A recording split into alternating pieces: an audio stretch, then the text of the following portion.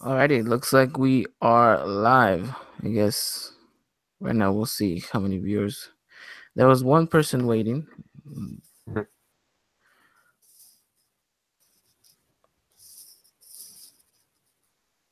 Right now we'll see how many viewers. There was one person waiting. Okay, I can hear myself. Probably not ideal. Get used to it, man. I've learned that the hard way doing broadcasting here with the TV station I work for. That's pretty cool, man. That you mentioned that you have your own little that you have your radio show. That's pretty badass. Yeah, I also do broadcasting here too. I've got to commentate a couple of soccer games here too as well. Oh, dude, that's So awesome. That's awesome. yeah, man. So I got my little highlight reel going and everything. Me commentating. Hopefully send that off or something. No, yeah, dude, I know what you mean. It's something, something to work for. But hey everyone that's just joined us right now. We are starting live our first ever Club America English language podcast. I'm here with my good man Dylan Jimenez, and well, basically, yeah, I'll let you say hi to everyone that's watching at home right now. Hey guys, what's up? It's Dylan here.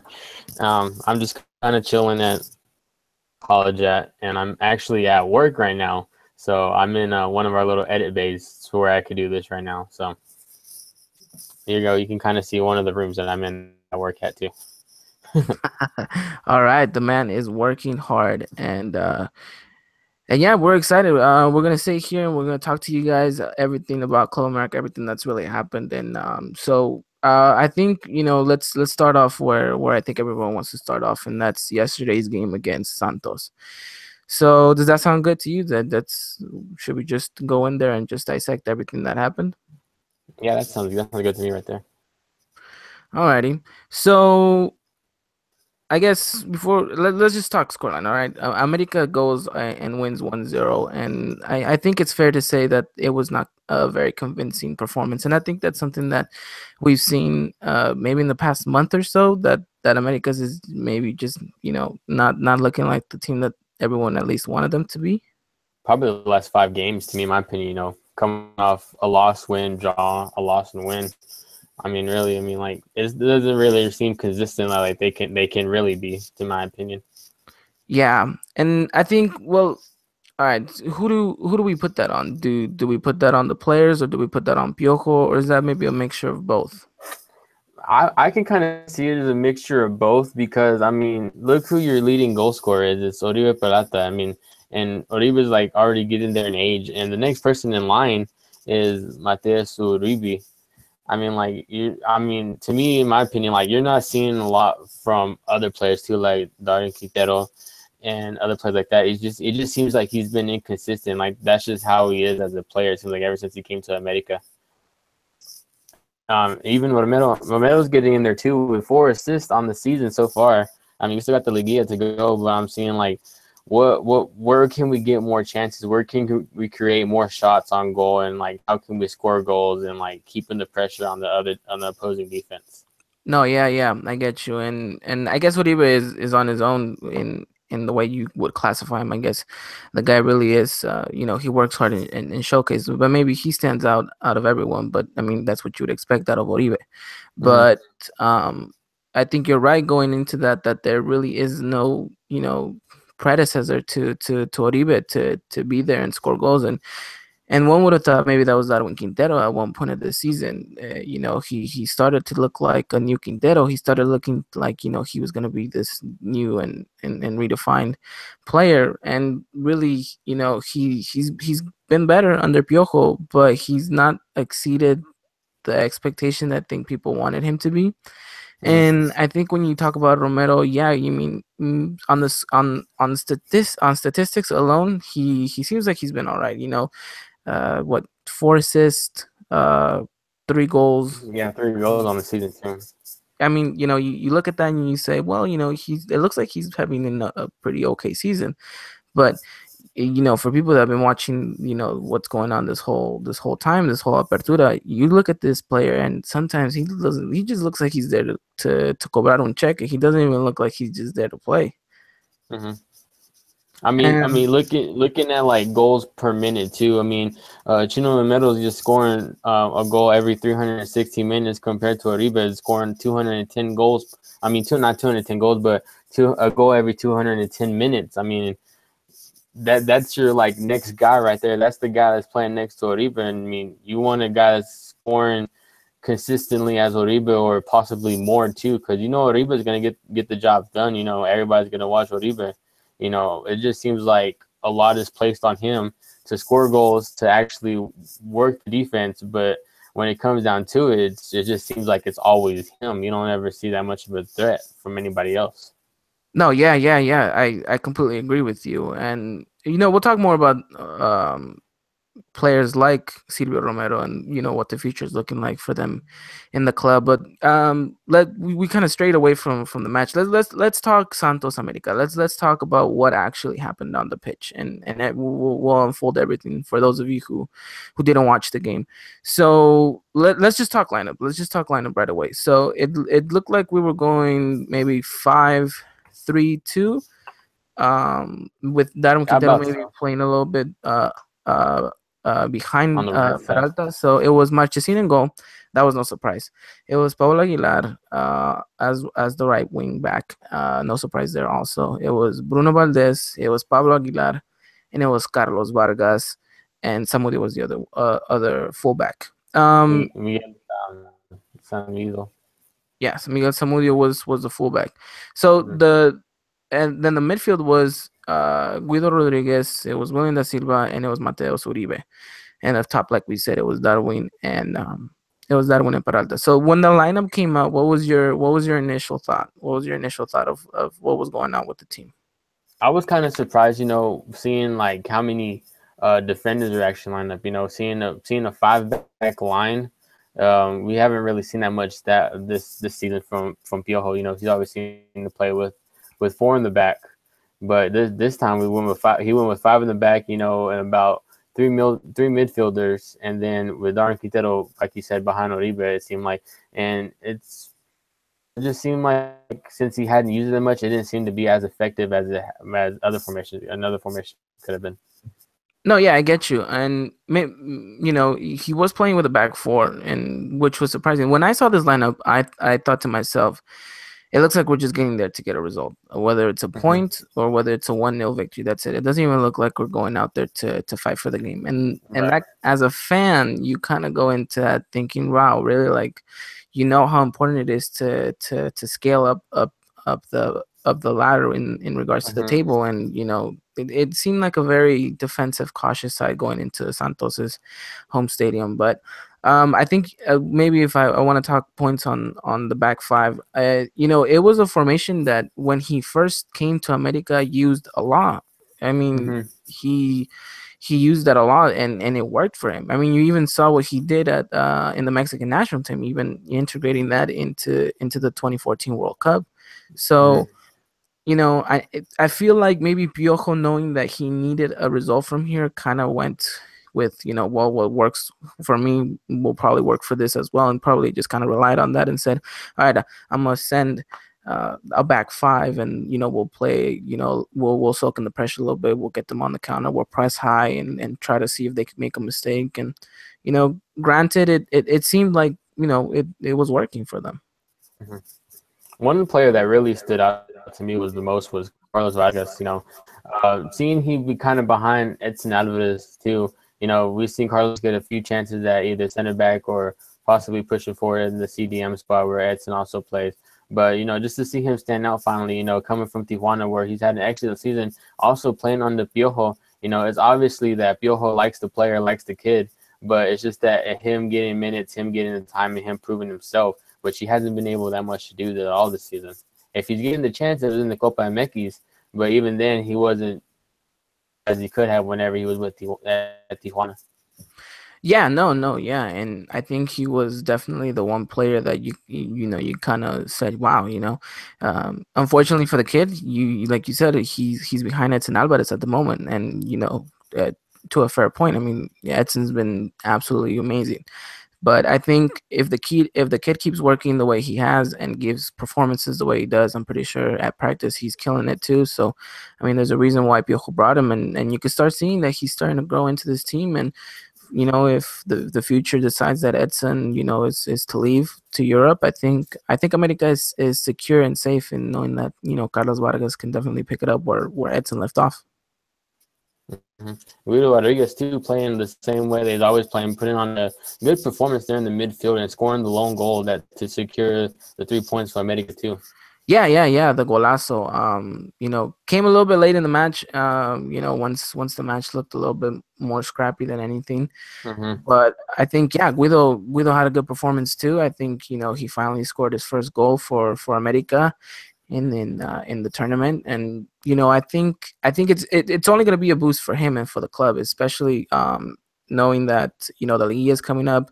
You kind of get that excitement, that boost, and it carries you onto the next phase, and hopefully this can only mean good things for America. Mm-hmm. And like we talked about too earlier with Darwin Quintero, not being as consistent as we all wish it'd be. I mean, you can see it in this game too. And then you can kind of question Piojo's subs too as well. I mean, he didn't take Darwin out until like the 90th minute, Alejandro Diaz, and so it's really up to him too as well. Not just Piojo. I mean, Piojo's got to make the sub whenever he's seeing whether they want the result or not. But at the same time, Darwin's got to step up too. He can't just play this inconsistently like he has been.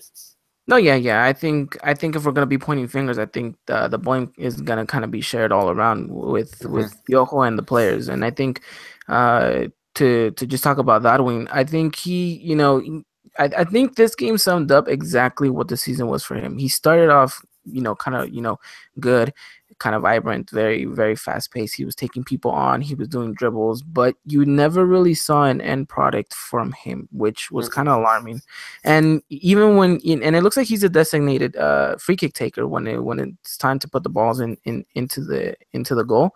Mm-hmm. And you kind of saw, it was a bad delivery after bad delivery after bad delivery. I mean, even though Univision commentators were saying, like, is Darwin gonna finally put a good ball into the box this time?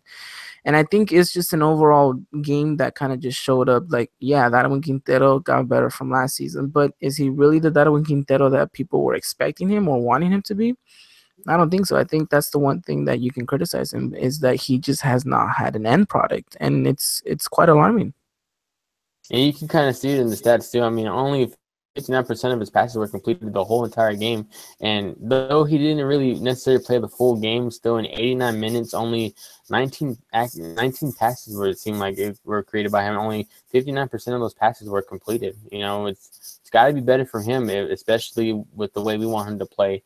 Feeding Oribe or Chino Romero, like whoever's playing up top, to give them a chance on goal. No, yeah, definitely. I mean, and the Liguilla is coming up, so you'd want a prime Quintero at this point. Mm-hmm.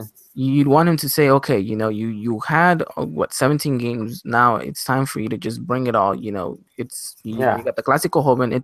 You're gonna need this guy to perform. Mm-hmm. And let's just hope for everyone's sake that he can do so. Mm-hmm. Because it just kind of seemed like to me that like Diego Lainez is getting his chance on the Piojo too as well. But obviously he hasn't got that much of a chance too as well because he was gone for the U17 World Cup, so he was missing some time at America. Missing those games and everything like that. But it just seems like to come back to him, like American needs to always like fall on him to take on those daring dribbles, try to make it unpredictable and stuff like that. Yeah. I agree with you. And maybe Linus is someone that also isn't having the season people maybe expected or probably thought of, because they thought, wow, this bright, fast, young, talented kid, last season, and then coming into this season, the Piojo Herrera, he's gonna, be this, amazing player. They're categorizing him as the Mexican Messi. And Mm-hmm. you kind of see him on the ball, and yeah, he looks a little bit better here and there. It looks like maybe Piojo's told him, kind of just slow it down, don't accelerate, kind of think it through before you actually do something. And Mm-hmm. I mean, don't get me wrong, I think the player's maturing, and that's good. And I wouldn't want him to be starting every single game, of course. I mean, Yeah. this is a process. you don't want to end up having, a More Mosqueda, you don't want to have Hmm. someone that it has it all, but you rush him into the spotlight too quickly, and eventually, it just blows up in his face. So I think Linus has had an okay season. I think that's fair to say. Of course, there's still the Liguilla to come, and there's still the second half of this season to go. So it's not to say that Diego Linus's season ends here. Hmm. So He's still that's getting his yeah. chance. I mean, he's still 17. I mean, he won't go anywhere for. He's gonna probably be out of America for a while before he gets picked up by a European team or something like that. Yeah, yeah, and that's what you'd hope for. I mean, there was speculations of Villarreal looking at him and Hmm. potentially, Manchester United and all these big names. And I think at that age, he hasn't shown that much to merit a move right away. Yeah, he has a talent, and maybe if he was to leave, he'd probably go play for like their under 20 side, and he'd probably get lost in that whole system. And I think it's just you keep him planted in the team, you take him game by game, little by little, you give him the minutes here and there, and there's gonna be times when we're running short, and Diego Lainez is gonna have to start, and I think that's when he's gonna have to prove himself a little bit more than anything. So, anything else on the Santos America game? Anything you want to go back over? I know we kind Um, of got a little bit off topic there for a little yeah, bit. yeah. We got off topic. I think it was a very frustrating game watching it. I think that's what Hmm. what I want to add.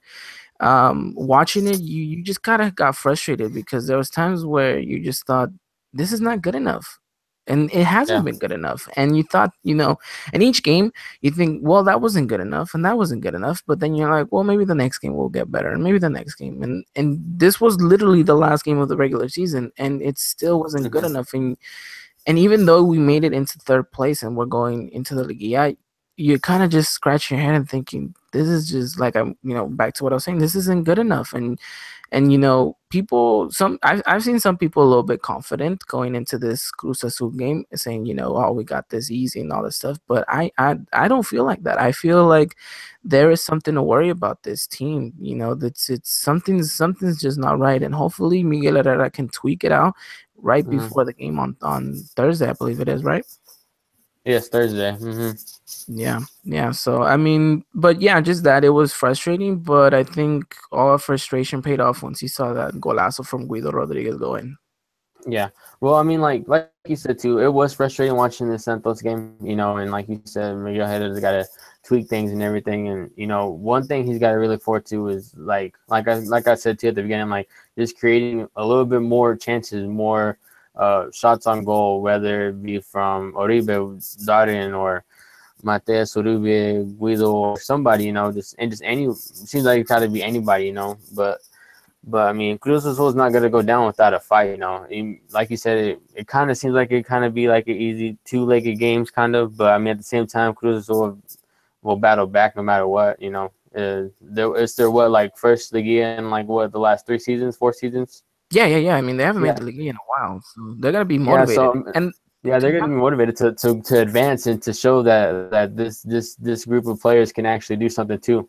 Yeah, I mean, you even saw it when Jesus Corona, the interview did. He said now the objective is the title, and that's their mindset going into this. And granted, Hmm. that's what every team's mindset should be. But I think Cruz Azul's coming into this one a little bit better than America. If we're Hmm. talking honestly here, I think they're playing a little bit better.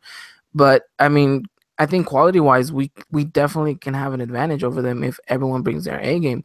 It looks like we're gonna have mostly a full roster for this one. It looks like the only one that's kind of still in doubt is Cecilio Dominguez. So it looks like Renato Ibarra's coming back for this one, which Hmm. I think is a huge boost for America. Edson's back too as well Yeah, after taking that knock against Poland. yeah. Or was it Poland? Belgium. Poland? It was I can't Belgium. It was remember. Belgium. It was Belgium. Belgium. Okay, yeah, Yeah. yeah, So that's right. That's right. Against Belgium. yeah, the little injury he picked up in the mini European tour. So it's gonna be finally nice to have Edson back too. I mean, Hmm. there's kind of a safe sense when you go that, and maybe he'll go back to that back four that was working so well for him. Now that he has Edson Hmm. Alvarez back and Renato Ibarra back, and for the most part, everyone's gonna be doing good. So, um, I think yeah, we'll just leave the Santos topic right there. It was not a fun game to watch until what the 80th something minute that Guido scored, and it was sloppy, but I mean, America gets the job done, and really, there's nothing really much more to say about that. Then it's got to be better from the team. So I think now that we were talking a little bit about Cruz, so let's kind of go into the Liguilla and let's preview exactly what is our fair expectation from America in the Liguilla. What do you say? Do we stumble in quarterfinals? Do we get to the semis, or do we go all the way to the final? What do you think is an appropriate expectation for this team? Really, like you said, every mindset of every team right now is the final, and so I don't see why if we can't make it to the final if we can't keep up the consistency. Like in the last 5 games, like we said, like we've seen a lack of consistency coming from the whole team as a whole. Maybe Piojo too. Piojo maybe a little bit to blame too as well. But if we can probably see a little bit of consistency over these 2 legs, I don't see why we can't make it all the way to the final. No, yeah, I get you. I think the final should be expected, and maybe it will be a good expectation to have. And let's not forget, a year ago, America was playing in the Liguilla, and they were, I would have to say, just as bad or maybe a little bit worse than what this team is doing, and under La Volpe, and they got all the way to the final. You Hmm. know. Exactly. Yes, and then you've seen Piojo too, like you said, like before he left America to go and work with the Mexican national team. And look what he was doing with that team. I mean, obviously it was a whole different team compared to now. That team was obviously better than it is now, but Piojo works his magic. I mean, like look what he did. I mean, after going, like you said, with the Mexican national team going into that playoff with and to get to the World Cup. I mean, like Yeah, he yeah, brought yeah, I mean like he we've seen him work his magic. I mean like there's no telling what Piojo's got planned for this. And I think something that kind of can give America fans hope going into this Liguilla is, like you said, Piojo. When he knows that it's a big game, when you know that you need to get the result, no matter what it is, whether you play nice, whether you don't, the most important part is the result. And I think there's 3 games this whole season that we have seen that, and those all have been the clásicos. You saw that Mm-hmm. against Pumas, you saw that against Chivas, and you saw that against Cruz Azul. Now, granted, the Cruz Azul game was probably the best one out of all of them that America displayed better soccer. Against Pumas, it was still a little bit, choppy here and there, but it was only because the season was barely starting and Mm-hmm. things were getting good. And against Chivas, it was just bad, but he got the result. He got the Yeah, result, and I think exactly. and I think those 3 games, if you look at them and you go into this league a little bit nervous and a little bit worried, I mean, you can kind of reassure yourself that Piojo is going to do everything to get a result, whether that's get an early goal and park the bus for the rest of the 88th minute that he has to do. He's going to do it, and he's going to plan his team accordingly. And I think that's something that you can look forward to, as knowing that if America can start off on the right foot, Piojo is going to try to guide them so that they don't screw it up. Yeah, exactly. And like that's what we need to see from Piojo too. And it's just all coming down to how he lines up in this first leg against Cruz Azul, and then seeing what he does in the second leg as well. No, yeah. So it should be interesting, but he'll have most of his squad back, and Hmm. I think missing out on Cecilio maybe won't be the worst case scenario, because he's been one of those players too that Hmm. just hasn't really performed his back half of the tournament. And Right. you know, I think yeah, we should be a little bit worried about Cruz Azul. Like I said, they're coming in a little bit better. But still, you gotta keep that out of the mind and be like, well, it's a clásico, and as every Americanista knows, that a clásico, you're there to win it, no matter what, and no matter Hmm. how. And then if we can get the result, then look at who's possibly gonna be the next rival if we can get that far. But first things first, before we can get our mindset into any further, we have to deal with Cruz Azul this Thursday. Is the first leg, is it in Azteca or No. do you So remember since America finished higher at third place in the table, then they arranged it for the Thursday game to be at the Estadio Azul, and then the second leg is return gonna be leg will Sunday be? at the Estadio Azteca. So I mean, you have that advantage that if you can score an away goal, then that's Hmm. just huge, and I think that's what Piojo's gonna be going with. I mean, what do you think? What are your expectations? What do you think the result's gonna be on Thursday? I would like to see like maybe a 2-1 win for Medico, maybe a 1-1 draw. I mean, like you said, the away goal is going to be huge, and I don't see why Piojo is not going to possibly go out almost and go for that goal. I mean, why wouldn't he? You're obviously away, and so that away goal is going to be huge for you, and in the end, and then you're coming home and playing the Azteca, which obviously the Azteca's got a big reputation for its stadium, for the venue and everything, and I mean, like, what do you have to lose going out for that goal and going all out?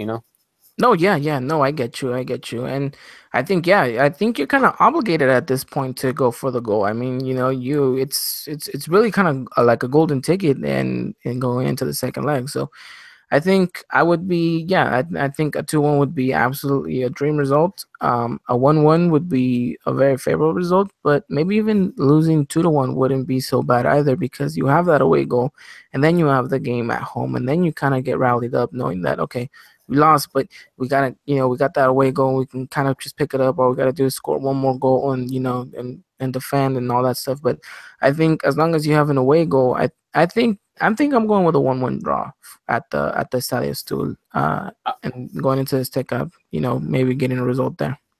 I wouldn't really like to see America lose because I feel like if you let Cruz Azul get that win, I feel like they're gonna take that momentum and ride on it on into Azteca, and like we said, how we've seen America play, it hasn't been really consistent. Who says that they're gonna at home and maybe they lose the leg, and they get knocked out just right there.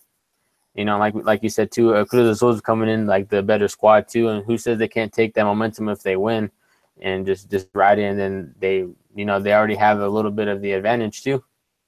No, yeah. And then we go, yeah. I mean, like, I'd rather see a 1-1 draw or maybe a 1-0 win. I'd rather have a win or a draw, nothing less.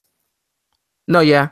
Yeah, yeah, yeah. I feel the same way. I think you give Cruz Azul that victory, and it's kind of like a hype train for them. They Mm-hmm. they, they kind of just roll with that. But still, it's even if America was to lose, I would still want to see them get that away goal. And let's be honest, it could be a possibility with the way Cruz Azul has been playing lately, and then America coming here, not looking so convincingly. But hopefully that doesn't happen, and hopefully we can get Mm-hmm. at least a victory, the 1-0 victory or a 1-1 draw, and kind of just go on with that. I think that would be ideal for me. Nothing less than a win or a draw. I mean, that's going to be the ideal. Maybe Piojo is going to have in, like, obviously Piojo is going to go for the win, but even if they get the draw, Piojo knows that they still have a chance. It's like going into the second leg 0-0 still. Okay. Yeah. Yeah. So I guess, basically what we're getting here is, as long as America doesn't lose and we get an away goal, then that's a positive result on come Thursday. Mm-hmm. Yeah, and then like we said too, in the return leg, you're going to be at home, you're going to have the fans behind you, and the Azteca gets crazy too with Mexico, or if it's the Mexican national team there, how it is at Azteca. No, yeah. Yeah, I get you. So let's briefly, I know this is kind of like an all America podcast, but let's briefly talk about the other Liguilla games and kind of what you're excited. What besides the Clásico Joven, what game from these do you kind of take away and kind of have an eye and say, well, you know what, this looks like a very interesting game. Oh man, what other games are there? I kind of forgot. I've been kind of focused on Mexico all this week. So there's Monterrey Atlas, there Mm-hmm. is Morelia versus Toluca, and there is Tigres León. The Tigres the only game kind of seems exciting too as well. Well, the Monterrey Atlas game seems like Yeah, an yeah. interesting game too. I think I would go with the Monterrey Atlas game, and I'm willing to put I'm willing to say that Atlas can even surprise and disqualify Monterrey. And I know that's kind of like a big thing to say, especially because Mm-hmm. Monterrey have just been so dominant lately, and it looks like Mm-hmm. no one is gonna stop them, no matter what. I mean, you saw them the way they won the Clásico Regio, and I feel like Atlas could be a very, very good black horse in this Liguilla run. Mhm.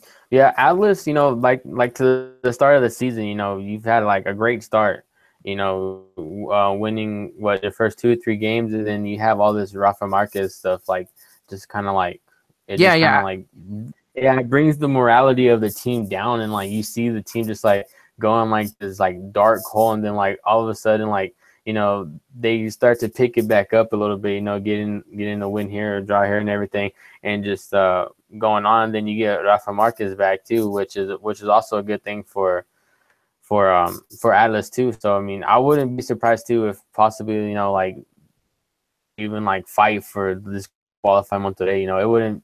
It wouldn't be that big of a surprise to me. Like I could see the team fighting and moving forward on past Monterrey. No, yeah, no. I feel the same way, and yeah. So I just wanted to kind of briefly touch up on what on some other games here, but I think yeah, those two, the one Tigre León and the Monterrey Atlas game. I think those are two that could be quite of a decent matchup. And I think if you're gonna be at this point of the league, I think you kind of have to watch every single game so you're kind of prepared, knowing what your team might have to face once they get through their obstacle. Mm-hmm. Tigres on the other hand too has kind of been like not necessarily like a surprise team, but like kind of like a little bit of a shock, especially how the way they started this season too. It seemed kind of rocky for them, kind of like almost Chivas, but like they obviously picked it back up with them having Ene Valencia and Javier Aquino and players like that. No, yeah, I think it would have been a real disaster for Tigres if they didn't even make the Liguilla with all the money they spent. Exactly. So, but again, the two Monterrey teams in there, and they're both going to be difficult. But I think before we get ahead and talk about them, we'll have to worry about the main opponent, which is going to be Cruz Azul this Thursday. So grab a piece of turkey leg and yeah, grab a piece of turkey leg and get ready to watch the game, and hopefully we can be thankful for another victory against Cruz Azul. Exactly. Yeah.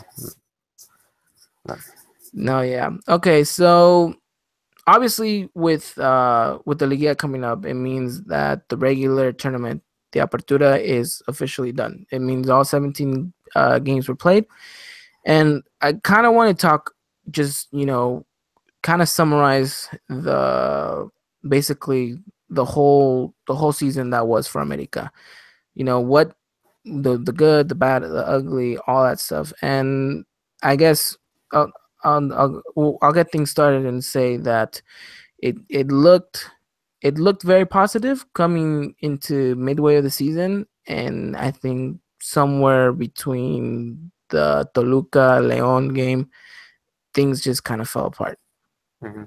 Yeah, actually, I was kind of scared after seeing us lose to Querétaro in the beginning of the season. No, yeah.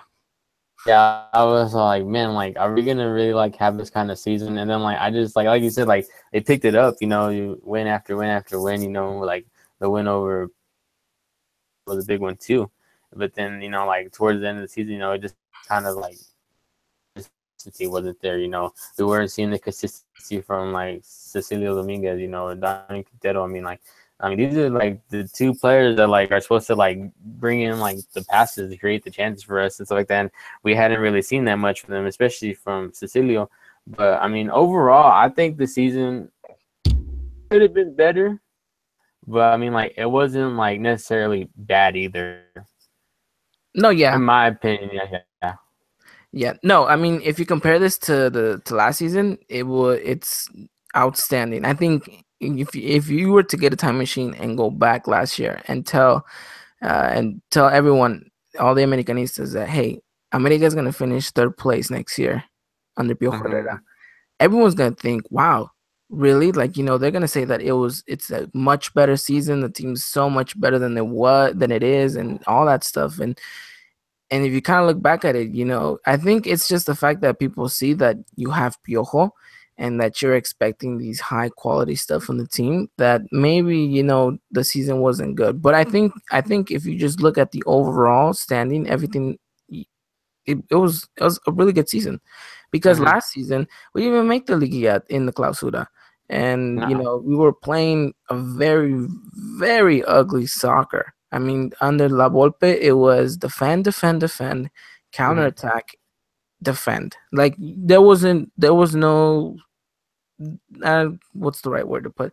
There was just no clear picture of what the team was under La Volpe. It just kind of like lacked creativity. Like it just seemed all predictable.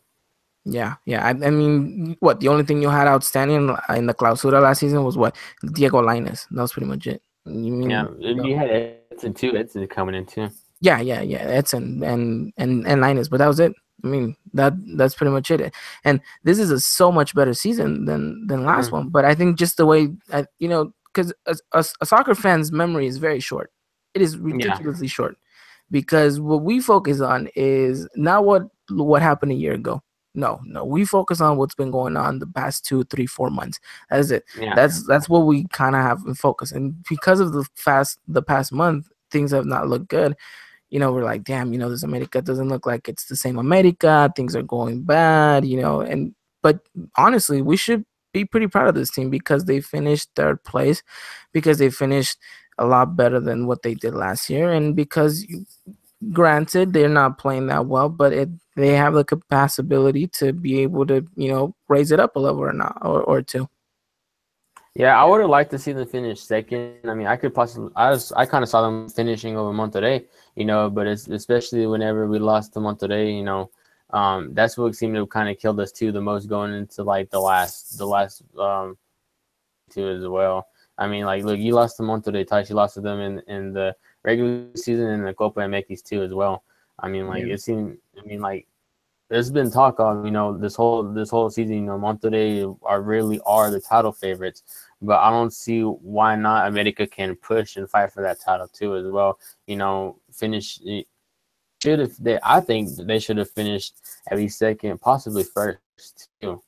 I don't Yeah, see why no. they couldn't, but they couldn't obviously get the result against Monterrey, and I think getting that result against Monterrey would have obviously boosted their morale and Yeah, I think we would have gone into the yeah. yeah, I think we would have gone into this a lot better. Yeah. Um Yeah, I think you're right. And I can't remember where I saw it, but I was on Twitter and someone put like the standings for each team, how they went throughout the whole season. And for a good chunk of time, America was just second, second, second, second. And Hmm. I was very happy with that. I was like, you know what? I'm okay. I won't really make a fuss if we don't get first place because the whole curse of finishing first place and getting knocked out of the Hmm. Liguilla right away and all that stuff. So if you're someone who's so superstitious like that, well then yeah, let's not finish first. And I was actually very happy with second. And then you saw how things started changing. America wasn't getting results, and then you're like, well, fuck, I'll take third place if you can give it to me. And fortunately enough, America was able to get it. And I think for about like a week or two too, they even fell out of the top eight. And there Yeah, was still that, and then like even whenever they went back into the top eight, there was still a chance that they could have missed out on the Liguilla too as well. yeah. There was it was like what 3 weeks ago. Everyone had thought America had made it, but mathematically they could have still been knocked out if they didn't get the Hmm. points. And all they did was draw. And luckily enough for America, all other results went in their favor, and they were able to qualify. Yeah, through that way too. It wasn't really just merit of the team, but you know, Yeah, I uh huh. mean, it just like 2 weeks ago, it just came down to like whether like where they would finish now. Because about like a week ago, maybe a week and a half ago, that's whenever word came out that America had like officially made the Liguilla. It's Yeah, just a matter of like where would they finish in the top eight. yeah. I mean, well, for all we could have said, we could have finished what, seventh place. I mean, can you imagine that? Hmm. It would have been ideal. I think knowing that you have the second leg at home is a huge boost of morale Hmm. Yeah, all around. and like going back to the table too, like we said like a couple weeks ago, when America was like sitting at third too. Well, there was a time where like between like third and like there was like a 3 point difference at the most between all the teams, like who could go in the top eight, who can come out the top eight too. So like with this short season, anything's possible. Yeah. Just because like you're in the top eight doesn't mean you're guaranteed to stay in that top eight. You can obviously fall out. Which America did for like a week or two, and then thank God they got back in. Like for other Americanistas and stuff like that. But like it just shows like how like easy it is to just drop in and drop out. No, yeah, no. I think you're right. I think it could have easily gone either way, and fortunately enough, America did did good in the first half of this small tournament season that the Apertura is. And I kind of just want to touch about where do you think things started going south for America? Because I have one game in mind, and I don't know if it's the same game that you and I have in mind, but I have clearly one game where you kind of get the feeling something's wrong. Do you what to Oh, you where do you think that what do you think that game was for America? I think it had to say against Monterrey when they lost 2-0. Really, really, Mm-hmm. because mine goes way further. I think things started going really bad, and I think this is really where I at least got the sense that okay, something's wrong here. Was the game against Tijuana, the 1-1 draw away at Tijuana, Mm-hmm. and I think the reason why was because America was doing good at that point. They had come off, I believe it was a win, and they went into that game kind of favorites because remember, Cholos was struggling. They Mm-hmm. struggled this whole season, but they were struggling a little bit right before the America game too. And America goes in there, scores off of Oriol Peralta penalty, I think, and Mm-hmm. they're leading, they're leading, but then something happens mid game. The morale kind of shifts that we got this in the bag. There's no real reason why to overextend ourselves, Mm-hmm. and we all know what happened. America got scored on, and then you get that 1-1 draw, and I think it's that game right there where everything just kind of goes downhill for America, because then after the Toluca game, I mean after the Tijuana game, you were supposed to play against Chivas. You Mm-hmm. don't. You Because of the terremoto and everything, understandable, right? Yeah. The Liga takes a break. Then you play against Santos. I mean not Santos, excuse me, Leon. Leon, yeah. Leon. Mm-hmm. And it's kind of the same performance that you saw against Tijuana. America looks to be the favorite team. They're dominating. They get the first goal. What do? They sit back. They invite the pressure. And after they Mm-hmm. do so, what happens? They get scored on again. Hold on, twice, yeah. Yeah, yeah, in the last second, right? With the other balls in the field and all that stuff. And granted, whatever the referee decisions have been for America this season, it wasn't good enough. And Mm-hmm. that's really when I saw, this team is falling apart little by little, and it's not good enough. And then you see it against Toluca when, yeah, they go up 2-0, but it's pretty early in the game, and Toluca just kind of looked like they didn't know exactly what they were doing. But then what? Guido gets sent off, and then America's defending the last, what do I want to say, like the last 50 minutes or so. America's defending against Toluca with a 2-0 advantage, and then they get scored on, and then they almost get scored on again late, but they managed to get the result there. And then after that is the Clásico, and nowhere were we the better side there. And a lot of people said, No, yeah, America was definitely going in as favorites. They got the result against Toluca with 10 men, but really you saw. by my coworker. Alrighty, I'm goodbye sorry from about everyone. that. um, and yeah, America was no good in the Clásico, and I think you just saw it after that, game after game. But for me, the real deteriorating point for me was the draw against Tijuana, and I think from there, just I think it just had a domino effect, and it just kept going and going and going, and this is the end product we get in America that just has not been good enough. Right. Well, I mean, like you said, though, it goes back to the results too. I mean, like they got the results, ugly or good. I mean, now it's up to Piojo and the rest of the team to fix it all in training. Yeah. Okay, so let's talk player wise. Who are your top three outstanding players for this season, and who are three players that you just have had enough of this season that you just can't take anymore? I don't think I take enough more of Romero. I don't I think think, anybody yeah, can. I think he is number one on everyone's list, and Yeah, I we'll think so talk a little too. bit about his future a little bit later on in the show. But yeah, he's definitely one of those players that is, I think, the number one player on the naughty list for Americanistas this season. I think it's kind of hard to say if Darwin Quintero. I know, right? He, Because you think he had a pretty good season comparing to what he did before. But like I mentioned, he has no real end product. So you don't you kind of like, well, does he deserve it? Does he not? It can go both ways, really. yeah, it's really just like up in the air. I mean, like you see him like be so good one game, and the next game it's just like Yeah, well, what was that why that weren't win you from doing a this week last ago? week? Yeah, yeah. I mean, it's just I mean like the man does deserve a chance. You know, he has, but he hasn't proven himself in a consistent way. No, yeah, I think consistency and an end product from him is what a lot of people would definitely say is what he's lacking. So, Hmm. I mean, yeah, Darwin's probably one that's kind of still in the gray zone. I think once the league is all said and done, maybe he'll have a more clear category, and who knows, maybe hopefully it's on the good side. Hmm. And then I can't really think of a third player as much. I mean, if it'd be for anybody, it'd be somebody from the back line, really. Um, Here's someone for you, Miguel Zamudio.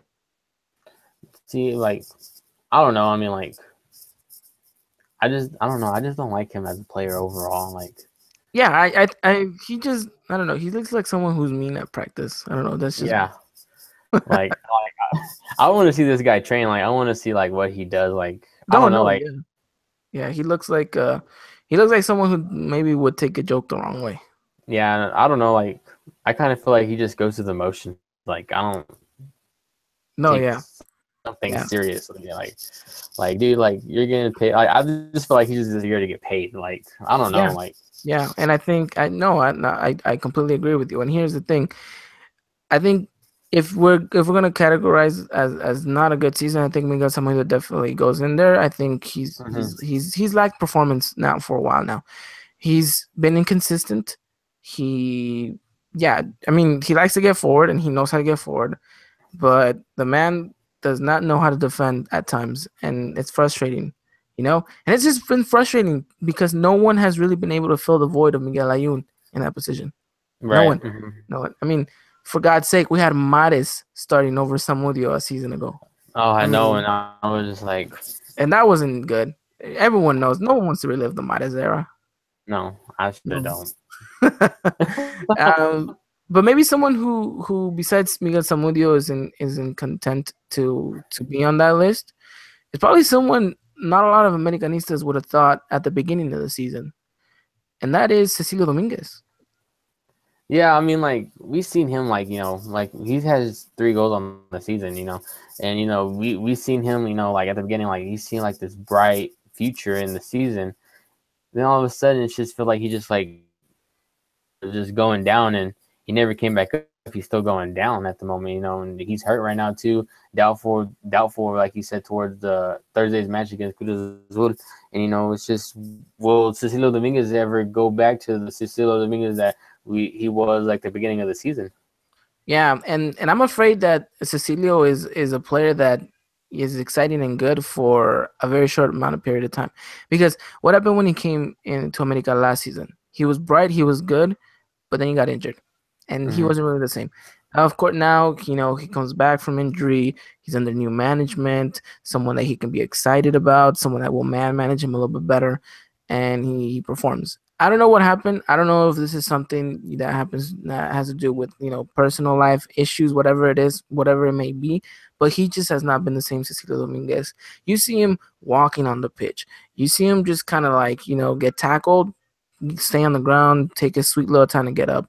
This is Cecilio that was taking 2 3 players on and making wonderful plays. I mean, you saw the game he had against Pumas, right? An Yeah, amazing game. exactly. I was gonna say, like, it just seemed like it started happening like after the Pumas game for me. Yeah, Like I don't he's know what happened. I really don't know. I wish we knew what happened. Where did that Cecilio go? Because this Cecilio is nowhere near to the way that Cecilio was, and I think because of that, he merits to be in content for this kind of worst player of the season award because he's wearing number 10, right? And I hope he knows what exactly, that yeah. number means for this institution. It is the shirt to wear. I mean, and the guy just it looks like he doesn't even care. Like he could care less. Like he does not feel the pressure. And I'm, without hesitating to say, I feel like he doesn't feel the colors at times. I think for him it's just another club that he's playing for. Yeah, yeah, and it goes back to like we were saying, like finding the key passes, creating the chances like that. And we were getting that from him. If it wasn't Darden, it was him. It was Cecilio, and then like he hit that roller coaster going down and hasn't came back up from him. And we've lost that creativity too, and the wings. Yeah, I think, there was, talk of, oh, Cecilio Dominguez looks like he's going to be really, really, exciting. He could be the next big number 10 for America, the next, Paraguayo and to wear that jersey and make it big and all that stuff. But, I, he's come very, very short. And Hmm. I think it'd be in the best interest maybe for the team to loan him out and have him try, to experience, at another Liga MX club possibly, Hmm. and maybe get him back, a little bit better, you know. But I think as far as Cecilio Dominguez goes, I think, strip him of that shirt because I don't think he deserves that number 10. Give him maybe some odd weird number like 68, and just let him go on with that. But I think we focused. Well, I don't think we have to go into detail about Silvio, right? I mean, we could talk about all that negativity some other time. I think we'll talk about him when we talk about his future and everything. But maybe let's focus on a little bit of positivity, and let's focus who. I know I gave you three, but I think three is a little bit too little. What are your four outstanding players of the season? Because I think even with everything that's happened, I think we've had players come out of this uh, that have really showed up this season. Oribe's obviously on top of the list. I mean, the guy's leading the team with 6 goals. I mean, what more do you want from the man? Just works, works, works. I mean, that's all he does. I mean, it just feels like the attack's all on his shoulders at times. Yeah, yeah. Whenever we're not getting anything from Quintero or from Giz or from Chino Romero and stuff like that. And so, I mean, like, the guy works. The guy will try to produce something. And, whenever he doesn't, I just feel like it all falls on him because he didn't get what he needed to get done. No, I agree with you, and I think that's what you would expect from your captain, right? You'd Hmm. expect that kind of work ethic, and I think Oribe, I think definitely deserves the number one spot. I think he's worked for it hard enough. The only thing that's worrying is his age, but Hmm. even so, I mean that's something that maybe was a topic maybe a year ago, and you look at him, he's still performing. He's still finding ways to be you know to be that key figure, and kudos to the guy. And yeah, I think he definitely merits to be the number one spot in this kind of player praise for the season. And he still gets to call up with the national team. So I mean, if he's getting those call ups, it kind of tells you something too. Yeah, he's doing something right. I mean, Osorio can see it too, and I'm pretty sure the same thing that we see on the pitch. I'm pretty sure he's doing that 2 3 times better on in the practice field. Hmm. So I Do think you want to add another? Do you want to add another player? Or do you want to still keep talking about Uribe? no, no, no. Let's talk about someone else. I think let's talk about maybe the next player that it would probably be on everyone's lips, and I think we talked about him a little bit, but maybe we'll give him a little bit more praise, and that's Edson Alvarez. Edson's been actually be doing pretty good at all of this season overall. Yeah, and I have a funny story about Edson. When America came over here to California to the Step Up Center a year ago, they played a friendly against Pumas when it was like the international break, and Edson got a start because of the call ups, and America was short players, and I saw him live, and he caught my eye, but he didn't catch my eye for a good reason. And my girlfriend and I went to the stadium, and I kept telling her this guy's not good enough. This guy keeps falling out of position. He keeps leaving open gaps. He looked like a rookie, like a newbie, and someone who probably didn't have it. And as time would have it to show, he would just, he would prove me wrong. And I'm really, really glad he did so. He was a player I did not like at all.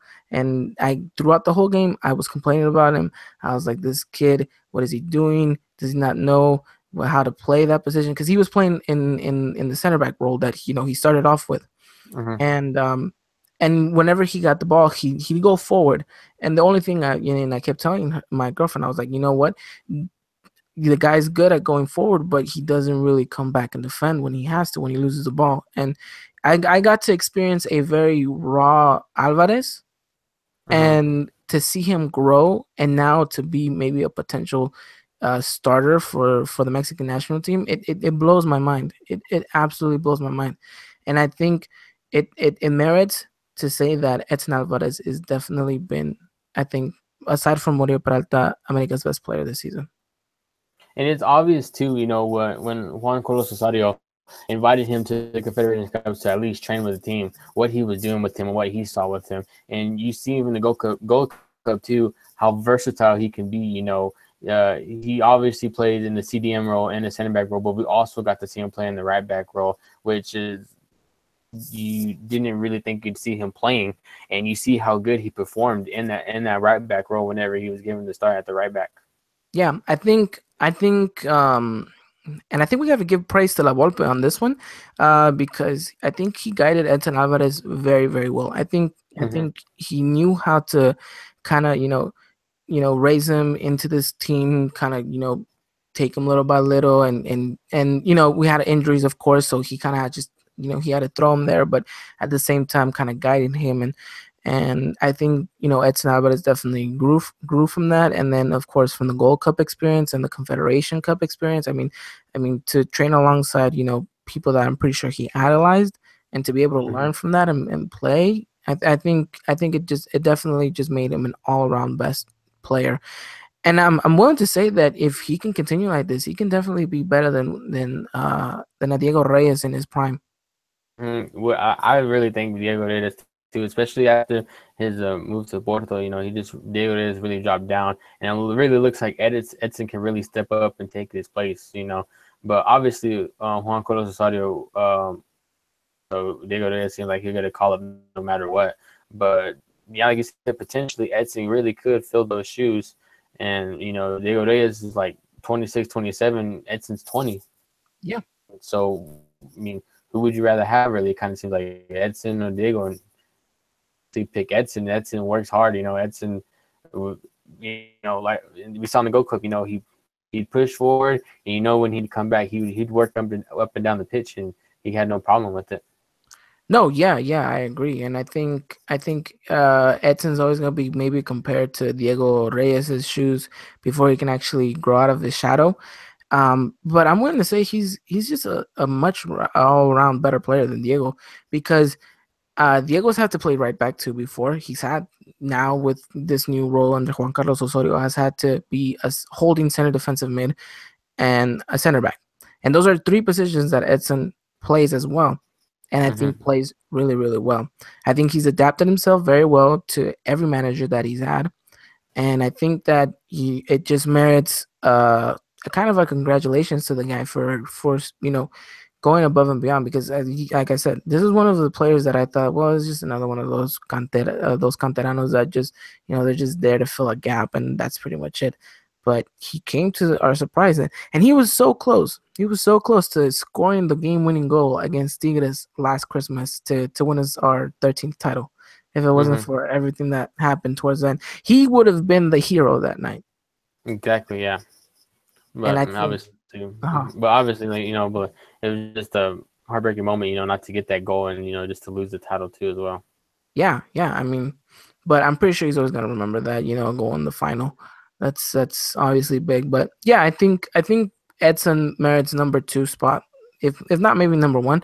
But I think the two most outstanding players definitely Oribe and Edson. And if you had to pick one more player, who do you think merits the an appraisal for this apertura?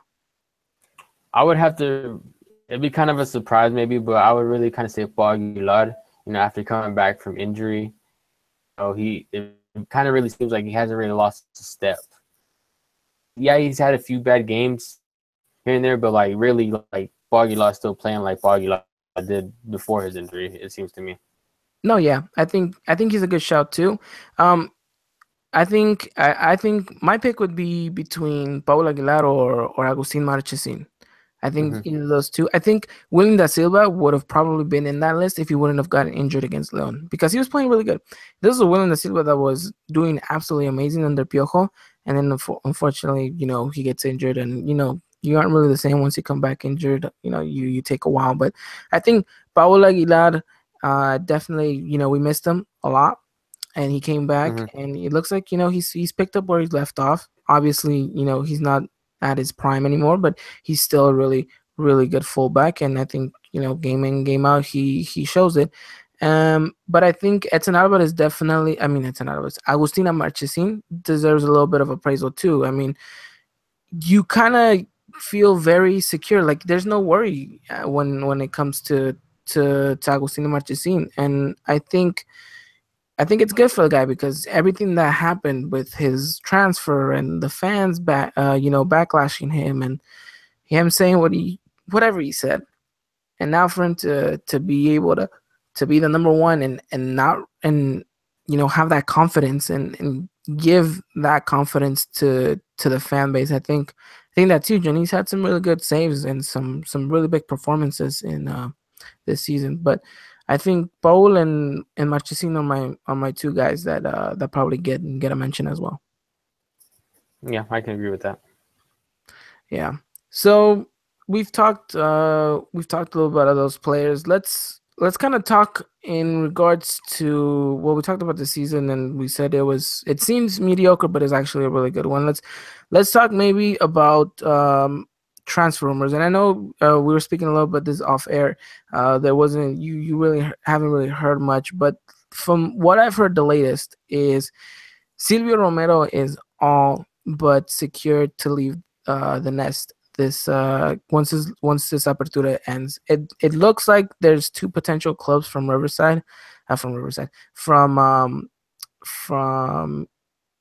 Argentina that are ready Hmm. to get him, and they're Lanús and River Plate. Okay. It looks like those two sides are eyeing up Silvio Romero. And I think that's actually a good thing. I mean, I think every fan at this point, if Silvio Romero was to leave, everyone would be like, "Ooh, you like, finally, got." Yeah. I don't want to sound too harsh, but it's like getting rid of dead weight. Exactly. Yeah. And So it'd be good to bring in a little bit more money and see who we can actually go out and get. Not necessarily to like have somebody who is scoring like Oribe, being consistent like Oribe, working hard as Oribe, testing the opposing back line, getting goals, creating chances, something. yeah, I think America lacks a good striker partnership. I think when's the last time you had a good partnership? I mean, I think the last real viable partnership that we got was Raul Jimenez and Oribe Peralta, but that one was a very short partnership too because Jimenez had to go, to Benfica and didn't get to play with Oribe that much. Uh, but I think the really long term one, what was it? Who was it was Chucho and Jimenez. I think those were the last two real big partnership that's worked for America, and we really haven't had anything since that really. Yeah, I mean, and like you said too, like Oribe, Jimenez kind of played a game here too before he left to Atletico Madrid, and then we didn't really see that much of that. What could it really have become? Yeah. I think that was a really exciting partnership, and unfortunately, it wasn't able to flourish. Um, but I think America lacks that, and hopefully, and I, no one actually believed Silvio was going to be the next big thing, right? And I think with him departing the club, it's I think it's crucial that America brings in a top quality striker that's scoring 7-8 goals per campaign, and that can link up perfectly with Oribe Peralta. And there's been rumors that America is looking. Well, there was rumors that they were looking into Nico Castillo, bringing in the Chilean from Pumas, but I think that's all. I think that was all smoke, and I think they came out and said, Nico's not going anywhere. Pumas is not going to sell him. Um, and I think the last player that really was contemplated. Someone put in the live chat comments, Jonathan Rodriguez. Not technically a really not an out striker. We saw a little bit of him when he played this Sunday against America, but um, there really isn't. There hasn't really been much real heavy news about a good striker partnership. But maybe who's a player that you think could come into this side and really just just kind of turn it around and be a perfect partnership for Rio Peralta. Well, I know one player that's looking for a club for the winter is obviously Giovanni Dos Santos, and nobody's liking Giovanni Dos Santos with the Mexican national team right now with how he left Europe, to go to LA Galaxy, for the last time, stuff like that.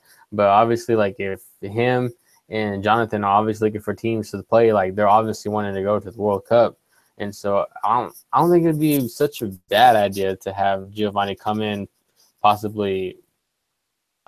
Oribe Peralta, finding space, creating some chances, stuff like that. I don't think it'd be too bad of an idea, but at the same time, we've seen how Gio's career went down here after he went to Galaxy. No, yeah, I think that's a good shout. Who knows? Maybe obviously their dad, both Jonathan and Giovanni's dad, played for America, so they know the institution. They know what it means to play for America, and they'd obviously have that history.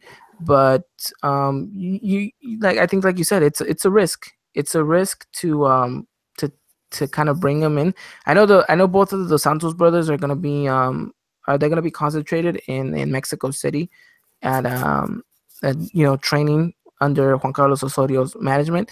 They're gonna be doing that, so they're gonna be close. So there's no excuse as to why not to talk to them, because we know that a lot of teams are gonna go looking for them, right? And I mean, they both come out and they both said it before, previous to anything, that if they were to go play in Mexico, they would prefer to go play in America. And I think Yeah, you have that advantage. So I think, no, I don't think it's a bad idea. The only thing is, is this kind of like just a quick fix? Because are you only going to get him on loan? And because I mean, Jonathan Dos Santos barely signed for LA Galaxy.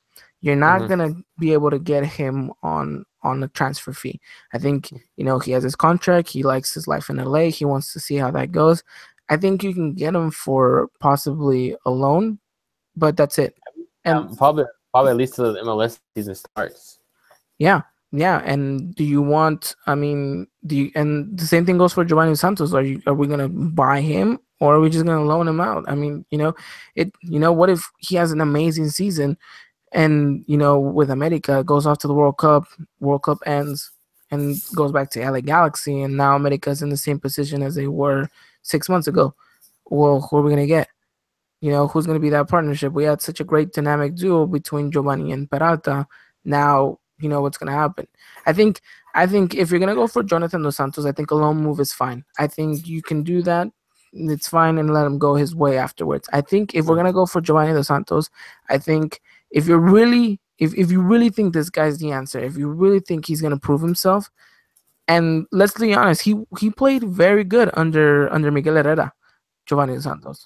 So he's definitely someone that I think Piojo would definitely want. So I think if you're gonna go for Giovanni Dos Santos, I think you have to go all in and you gotta buy him. I don't think you go in and you negotiate a loan deal, because that's not gonna work out.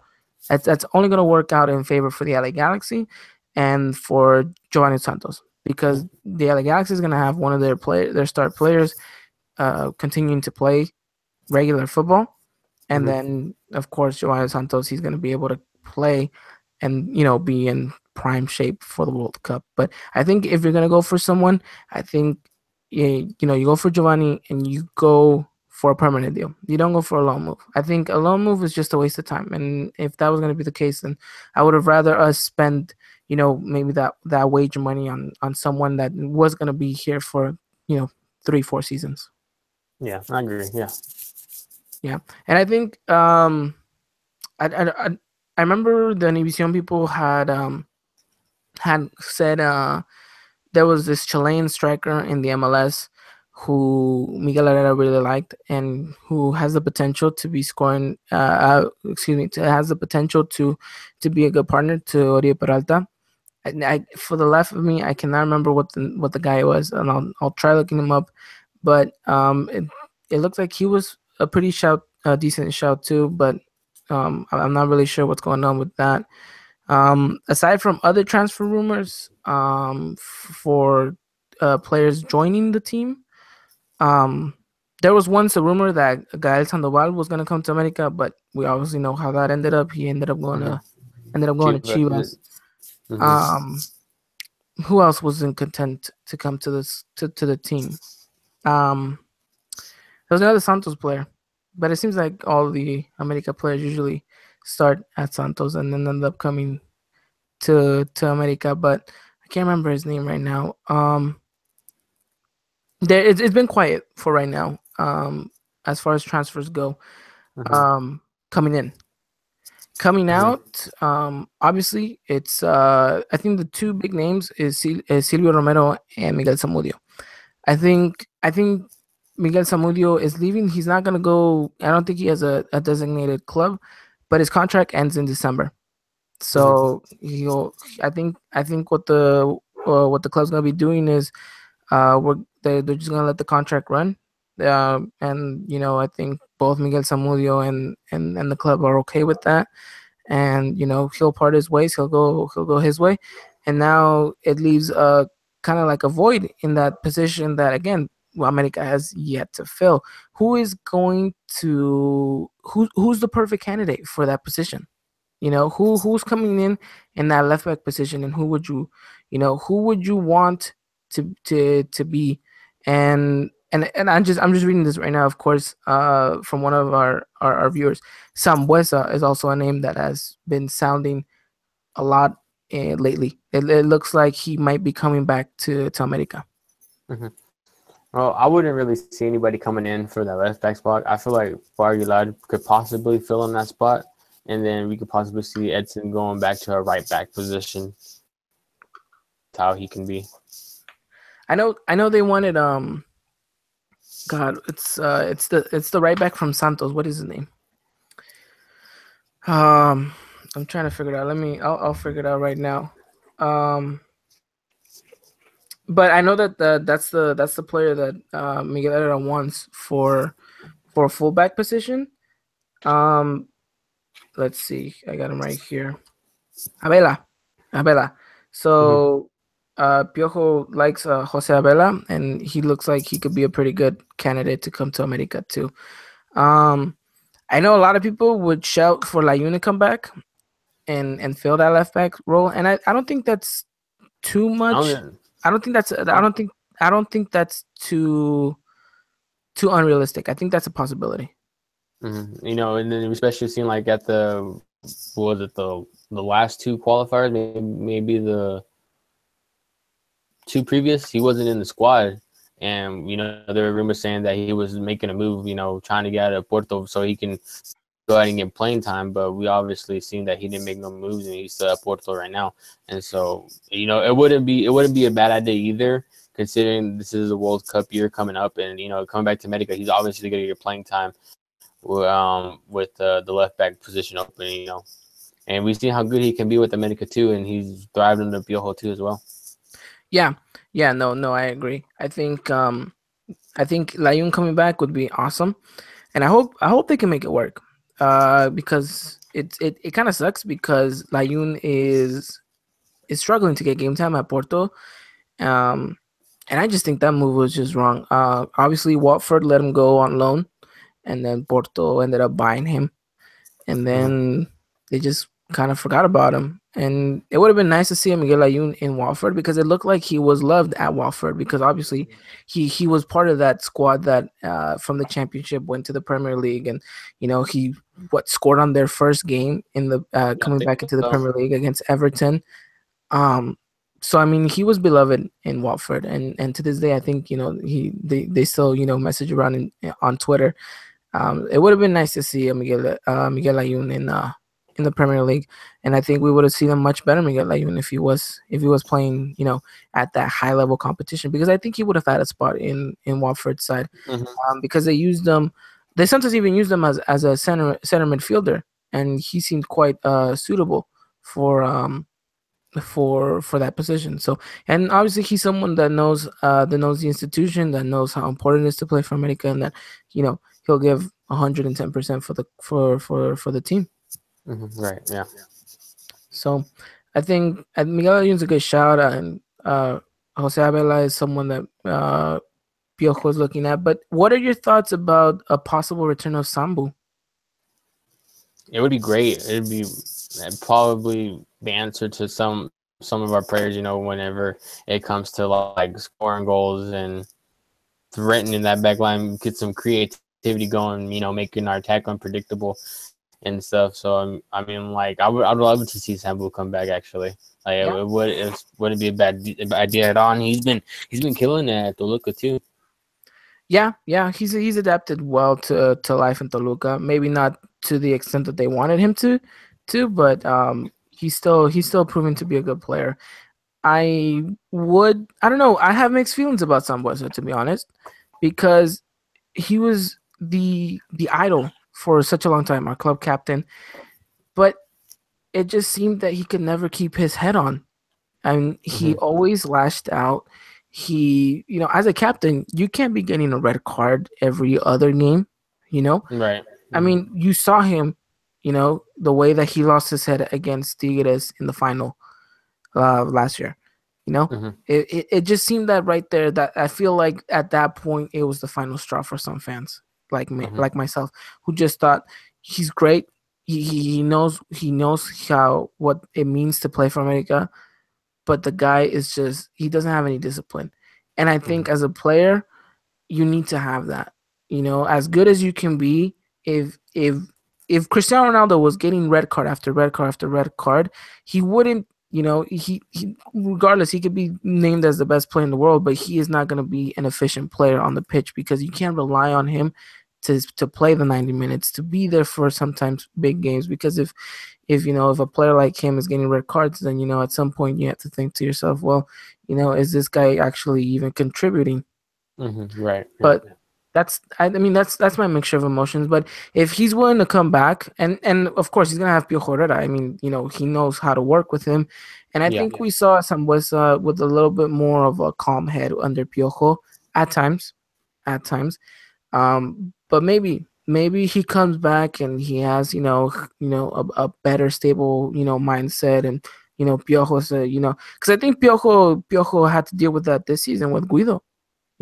Guido was Yeah. getting red cards left, right, and center at times, and Mm-hmm. he benched him for the Clásico, and I think that's when Guido kind of realized that like goddamn, freaking I kind of gotta keep my head straight. I gotta think about the team, and if Sambuesa can come back and be like you know assert himself the way that we want him to, I think yeah, he can definitely be the answer to a lot of Americanistas prayers. Yeah. So I understand though, like how you have your mixed feelings stuff like that. I understand, but I mean, if he makes the return, he makes the return. If not, then Yeah.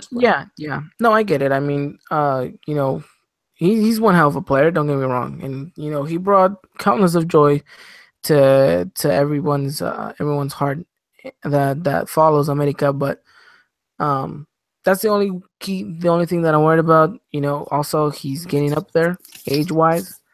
Um, but I mean, I think he's smart enough and versatile enough to adapt his game where he doesn't have to run that much. He can just kind of orchestrate the midfield, and I think under Piojo Herrera he'd have a really good season. So if that's a possibility, and I'm pretty sure it maybe could be, I think it'd be good to see a new and improved Sambuesa come.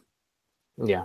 So So I know I know you mentioned that you heard, obviously there's always rumors about the youngsters leaving, like Diego Lainez and Edson Alvarez to Europe. Where do you fall on that? Would you like to see them go, or would you want to see them stay? Like I know a lot of people have kind of a mixture of emotions as to when it comes to those kind of our bright future talented players.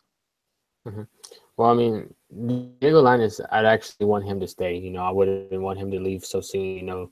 just 17 going off to Europe. I don't even think actually he can. With the age he's at. With the Yeah, because he doesn't have a everything. European passport. Yeah. Yeah, yeah, exactly. So obviously he's not going anywhere for at least most. Hmm.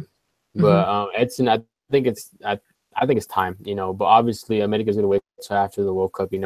Um, is that there were three offers on the table for Edson, but those teams were not disclosed to which teams they were. But there were three European teams looking at Edson.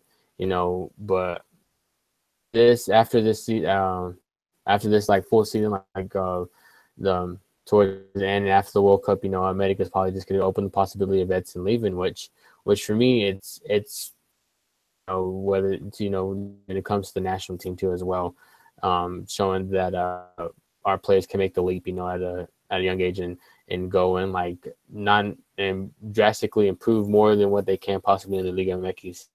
Because it's every player's dream to play in Europe too. Because you got European football, you got the La Liga, you got the Serie A, you got early, you got the Bundesliga. No matter where Edson goes, Edson has to him. He's a bright kid with a bright future, and so after the World Cup, I think it's for Edson to go. You think? Yeah. This is where I kind of disagree with you. I want to see Edson at least two more seasons with America. And I know that sounds kind of ludicrous for a lot of people, but let me tell you why. And I think the perfect example is Diego Reyes. You saw this is a kid that came through the ranks just like Edson, who had an outstanding, performance and then made the leap. But I think a lot of people thought he was ready. Even I thought he was ready. And I think maybe he would have stayed one more season. He would have been a little bit more mature. And, maybe we got another offer from another team where he, wouldn't have had so much suffering. And I would like to see Edson stay more, because not because only the benefit that it gives the squad to have someone like Edson playing for them. I just want to see him mature. Because granted, while we have praised him for being this great, outstanding player, he's still very young, and there's times where he does make some mistakes. Obviously, Mm-hmm. not as big as as he's scoring an own goal or something like that. But I feel like he needs to mature, and I feel like if he moves to Europe after the World Cup, it's a bit premature. Even if he starts the World Cup, I think only that will help him bolster himself as a full complete player, because I think he's still trying to figure out what's his position. There's managers putting him in right back, center defensive mid. It's like, he has to think to himself, well, where am I most comfortable? Being versatile is very important, yes, but granted, is what is his real true natural position? And I think, once he starts playing game in and game out that, and he can build up on it upon his game, have a little bit more game time under his belt, more national call ups. I think all of that is going to work in his favor, and I want Edson to leave, in about a 2 year period from now. And I know that sounds, like I said, ludicrous, because it's like, wow, he's so, he has so much potential, and he's so young, he can grow, if you just give him more time in Europe and all that stuff. But what happens when he goes to a team that has, three plus players in his same position? What's perfect example is Hector Moreno. You know, he moves to Roma, and we think he's going to be the starter. And this is a player that has so much experience. He's a very decorated player, and yet he's finding that he can't play for Roma. And now, if you were to put Edson in the same position, what does Edson have to really say? Well, no, you got to put me. Moreno has the fact that, yeah, I've played Champions League, I've played World Cups, I've played high intensity games in Spain and in the Netherlands. I feel like Edson doesn't have that. He can go up to a, yes, he can prove himself, but there's going to be countless of other players that are going to do the same. So I think if Edson can, have a little bit more time under his belt, more minutes in the national team, a little bit more of experience just overall, then I think he can definitely he can go. And I think a 2 year period I think is perfect for him. And um and I know you said that there were some offers on the table for him, and this is where I hope America doesn't f it up. Whether they sell him or this season or in 2 seasons, this is where I hope they don't mess it up because America has a tendency to be a bit colo with their players, especially when a European team comes looking for them. They want the most money they can get, and the perfect example is Ochoa. How many times did we hear season after season after season, Ochoa is leaving to Europe, Ochoa is leaving to Europe? Manchester United wanted him, Fulham wanted him, all these clubs wanted him. And what was always the end product? That America was holding out for more money. Mm-hmm. I think that's to me. I think that's all Liga MX teams too as well. Yeah, but I mean, look at Pachuca. Pachuca has, they sold Irving for a good price, but they could have easily, jacked the price up even more. You know, Mm-hmm. you see what PSV bought Irving Lozano for, and you're like, wow, this is a bargain. Like, are you seriously you bought him for that cheap? Yeah. And I think even Pachuca and be like, damn man, we could have sold him for a little bit more. But I think this is where you kind of have to give priority to player development than to actually want to make a profit. And I know nowadays the game is run as a business, right? Everyone needs their money, and especially America, who's, finding themselves a bit in hardship times in regarding to money. But I think America, needs to really listen to the offers and not just go with the team that's going to give them the most money. I think go with the team that is going to give the player the most opportunity. Right. I Right. think I think that's important. I hope America does not mess this up for Edson Alvarez, for Diego Lainez, and for whoever the future Mexican star player is that's coming through the ranks. I hope America can assure them that they're gonna try to do what's best in the interest for the player and the club. And I hope that that's what happens with Edson Alvarez. I do not wish to see him go down a route where, let's say, for example, I don't know, maybe there's, Tottenham is looking at Edson Alvarez, but maybe you also have, a team like, for example, PSV, you know? Mm-hmm. It's like where is he going where is he going, where is he going to develop himself more? At a Premier League club where he has other young, English talent coming through, or where you've seen countless of Mexican stars be made. So I think I think I hope that America can definitely do what's best for uh That's yeah. for Edson and for everyone else, really. For everyone else. Guess the future we'll just see in the future what happens. No, yeah. Yeah. So we talked a little bit about the transfers, and then who we'd want to see. I just want to give a quick shout out to everyone that has been watching us. This is our first episode. Quick shout out to Oscar, El Señor de la Tienda. Uh, who else? Who else has been watching us? Christian. Um, everyone really who's interacted with us today. I want to say thank you. Hope you guys are enjoying the first episode. We don't really have a name for this podcast, do we? No. No. So what about you?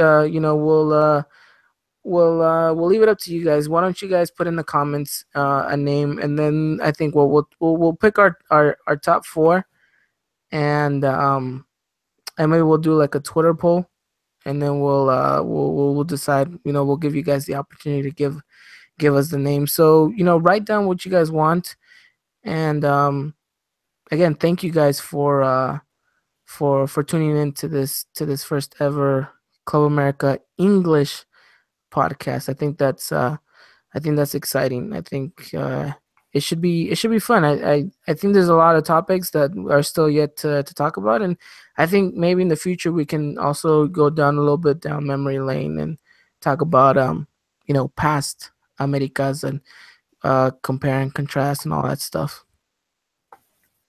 I like that idea. Yeah. So um I think we've talked everything, right? I think what, you satisfied with the first podcast? Yeah, I mean, I feel like it was a good start. Yeah, I think so too. I think we covered the main topics. Obviously, um, when you will get together, and then we'll decide. Maybe we'll do a short podcast and preview the game between America and Cruz Azul. Mhm. I think Yeah, that'd be nice. I think maybe we can talk, uh, formations, starting 11, what we think the team's gonna go out, what we think Cruz Azul is gonna go out, and how we feel that that team is gonna, how that team might end up playing against. yeah, sounds like a plan, man. Yeah, we can totally get that going. Alrighty, sounds awesome. Well, I guess this is where we're gonna end the podcast, guys. I hope you guys have enjoyed this. If you guys have, subscribe. Follow us on Twitter down there in the comment section down below. I put both of our Twitter handles so you guys can follow us, and we'll do our best to try to tweet as much as we can about America. And again, just thank you for everything that you guys for the support. And we'll just have to keep it growing and keep it going. I want to thank you so much, Dylan, for taking the time out to be able to come talk everything America. And Yeah, no problem, man. yeah, I wish you a good night, and we'll definitely be in contact, and we'll definitely keep this ball rolling. All right. Alrighty, my man. Well, thank you so much. Thank you to everyone who watched, and just keep an eye out for our next episode. And thank you very much.